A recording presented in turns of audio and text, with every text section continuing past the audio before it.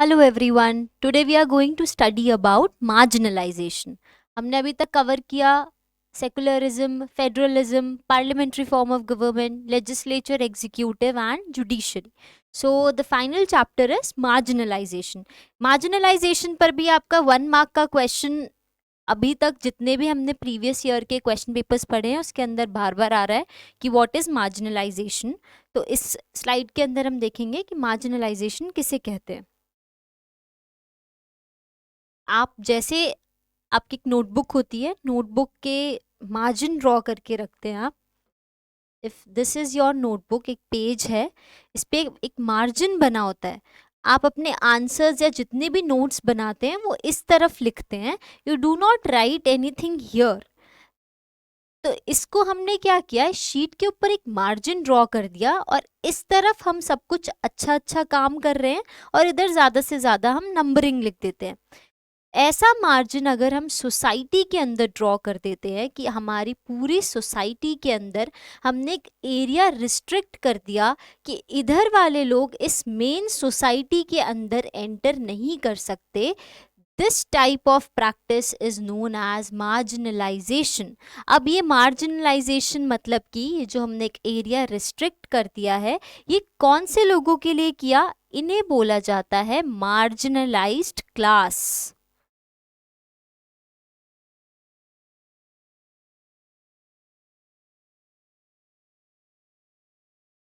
People who are socially economically backward, जो कि backward category से हैं, उन लोगों को बोला जाता है marginalised class. So in India हमारे यहाँ पर कौन सी मार्जिनलाइज्ड क्लास है?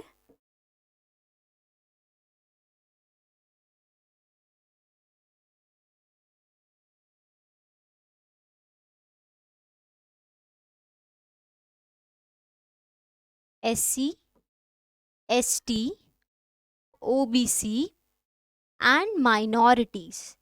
ये कुछ मार्जिनलाइज्ड क्लास है जिनको अपलिफ्टमेंट करने के लिए, इनको सुधार करने के लिए, इनकी ग्रोथ करने के लिए हमारे कॉन्स्टिट्यूशन रेकमेंड करते हैं बहुत सारी स्कीम्स। इनको बहुत बेसिक फंडामेंटल राइट्स प्रोवाइड की जाती है ताकि इनका अपलिफ्टमेंट हो। सो एससीज कौन हो गए, शेड्यूल क्लासेस कौन से लोग होते हैं, जिनको पहले कहा जाता था अनटचेबल्स। हमने फंडामेंटल राइट्स में पढ़ा था कि आर्टिकल 17 अनटचेबिलिटी को बैन करता है कि अनटचेबिलिटी जैसी इन ह्यूमन प्रैक्टिस अब इंडिया के अंदर अलाउड नहीं है। इन लोगों से पहले जितना भी क्लीनिंग वर्क करवाया जाता था और इनको अनटचेबल की कैटेगरी में प्लेस किया जाता था कि ये मेन सोसाइटी के अंदर एंटर नहीं कर सकते, टेम्पल्स में एंटर नहीं कर सकते, वेल्स के अंदर से, कुओं के अंदर से पानी को ड्रॉ नहीं कर सकते। So these people were called scheduled classes और untouchables. Now comes ST. STs कौन हो गए, आदिवासी, द ट्राइबल पीपल, जो कि फॉरेस्ट एरिया के अंदर रहते हैं, फॉरेस्ट पर ही इन्हीं की लाइफस्टाइल पूरी बेस्ड रहती है। इनका अपलिफ्टमेंट करने के लिए भी हमारे कॉन्स्टिट्यूशन ने बहुत से ट्राइबल वेलफेयर ऑफिसर्स भी प्रोवाइड करे हैं। जैसे कुछ examples, Meena tribe, Gonds, Sentinelese. अब ये सेंटिनलीज क्यों बोल रही हूं मैं, अंडमान की बहुत फेमस ट्राइब है सेंटिनलीज ट्राइब, जो कि दिखने में ये कैसे लगते हैं, अफ्रीकन्स जैसे लगते हैं, बट ये है Indian C Sentinelese tribe.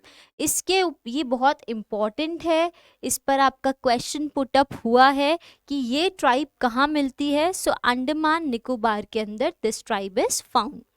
Now there is a long history about OBCs. OBCs की हिस्ट्री पढ़ने के लिए हमें पढ़ना पड़ेगा मंडल कमीशन।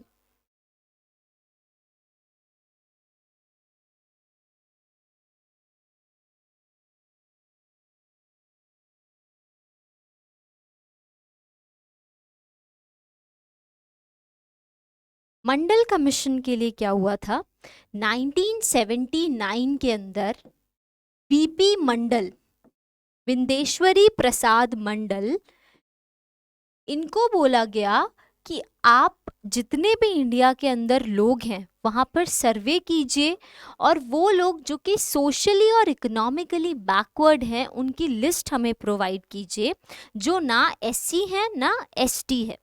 तो बीपी मंडल ने ऐसा ही किया और 1980 के अंदर अपनी रिपोर्ट को प्रेजेंट किया।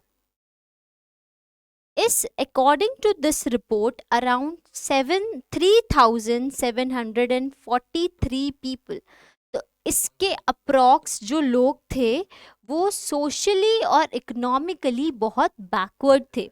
तो इन्हें कहा गया अदर बैकवर्ड क्लासेस। ये लोग जो हैं ये ना ही एससी कैटेगरी में आते थे ना ही एसटी कैटेगरी में आते थे, लेकिन इनका अपलिफ्टमेंट करना बहुत ज़्यादा ज़रूरी था। तो उसके बाद में हमारे कॉन्स्टिट्यूशन के अंदर 27% रिजर्वेशन हुआ। रिजर्वेशन क्या होता है? कुछ इनके अपलिफ्टमेंट के लिए इन कास्ट्स को, जितने भी हमारे बैकवर्ड क्लासेस है, मार्जिनलाइज्ड क्लासेस है, इनके अपलिफ्टमेंट के लिए इन्हें कुछ परसेंटेज रिलैक्सेशन दिया जाता है in educational centres, in politics, health centres. लेकिन याद रहे ये सिर्फ और सिर्फ गवर्नमेंट सेक्टर के अंदर। प्राइवेट अगर कोई स्कूलिंग कर रहा है, प्राइवेट कॉलेज कर रहा है, प्राइवेट जॉब कर रहा है, तो वहाँ पर रिजर्वेशन नहीं मिलता।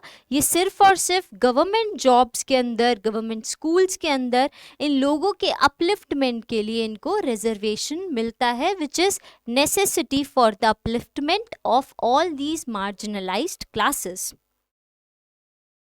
एक क्वेश्चन और पूछ लिया जाता है कि इन मार्जिनलाइज्ड क्लासेस का लीडर कौन था या कौन थे एक्चुअली। तो डॉक्टर BR अम्बेडकर,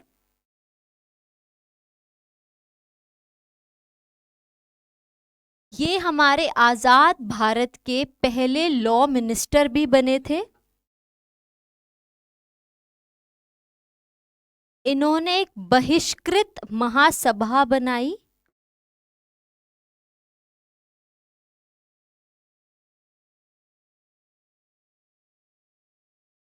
और दलित लोगों के लीडर बने थे।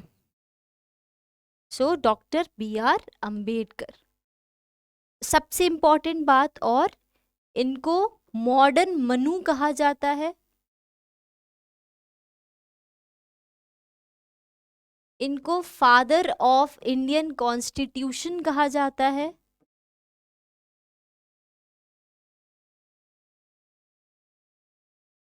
इन्होंने ड्राफ्टिंग कमिटी को हेड किया।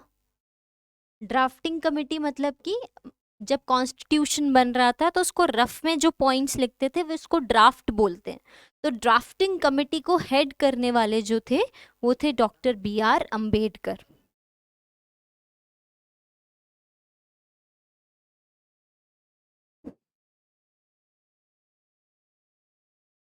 Now the last one is minorities. Minorities हमने पहले भी डिस्कस किया है। माइनॉरिटीज कौन हो गए? वो लोग जो कि लेस नंबर ऑफ पॉपुलेशन में है, लेस पॉपुलेटेड नंबर, उन्हें कहा जाता है माइनॉरिटीज। सो माइनॉरिटीज को क्या रिलैक्सेशन मिलता है? तो इनके लैंग्वेज, इनका स्क्रिप्ट, स्क्रिप्ट मतलब लिपि, लिखने का तरीका, और इनका कल्चर, इसको प्रिजर्व्ड और इसको प्रोटेक्टेड रखने के लिए हमारे पास में कॉन्स्टिट्यूशनल राइट्स है कि ये अपना इंस्टीट्यूट बना सकते हैं। जैसे आपने देखे होंगे मदरसे होते हैं, जैन कॉलेजेस होते हैं, खालसा कॉलेज होते हैं, बुद्धिस्ट मॉनेस्ट्रीज होते हैं। तो ये लोग अपने कल्चर, अपनी लैंग्वेज और अपनी स्क्रिप्ट को प्रोटेक्टेड रखने के लिए अपने इंस्टीट्यूट्स बना सकते हैं, वहाँ पर अपनी रिलीजियस टीचिंग्स दे सकते हैं ताकि ये जनरेशन टू जनरेशन इसका ज्ञान आगे बढ़ाते जाएं। So in this slide we have covered what is marginalization. So it is a practice of segregation in which one class is kept segregated from the main society, और उनको कहा जाता है marginalized class। मार्जिनलाइज्ड क्लासेस हमारे यहाँ पर 4 हैं, एससीज हैं, एसटीज हैं, ओबीसीज हैं और माइनॉरिटीज़ है। एससीज के बारे में हमने पढ़ा कि इनको पहले क्लीनिंग का काम दिया जाता था और इनके साथ में बहुत इनह्यूमन ट्रीटमेंट करा जाता था, दैट वाज अनटचेबिलिटी, और इन्हें अनटचेबल्स की तरह ट्रीट किया जाता था। इसीलिए इनके अपलिफ्टमेंट के लिए गवर्नमेंट बहुत से रिजर्वेटरी मॉड्यूल्स आगे लेकर आती रहती है। उसके बाद में आते हैं एसटीज। एसटीज यानी कि आदिवासी, तो ये भील जनजाति, मीना जनजाति, गोंड, सेंटिनलीज, ये सारे कौन हो गए? एसटीज हो गए, जो कि ट्राइबल एरिया के अंदर रहते हैं और फॉरेस्ट रिलेटेड वर्क करते हैं, इनको बोला जाता है एसटीज। ओबीसीज के बारे में हमने पढ़ा मंडल कमीशन, कि कैसे मंडल कमीशन के पास होने के बाद में ओबीसीज को 27% आरक्षण मिला और उनके अपलिफ्टमेंट के लिए भी गवर्नमेंट बहुत सा काम करती रहती है। उसके बाद में हमने पढ़े माइनॉरिटीज़। माइनॉरिटीज़ के अंदर हमने पढ़ा कि इन्हें फंडामेंटल राइट्स हैं कि अपने इंस्टीट्यूट्स ओपन कर सकते हैं, अपने एजुकेशनल सेंटर्स ओपन कर सकते हैं जहाँ पर ये रिलीजियस और कल्चरल टीचिंग्स दे सकते हैं। So this was all about marginalization. Thank you everyone. God bless you all.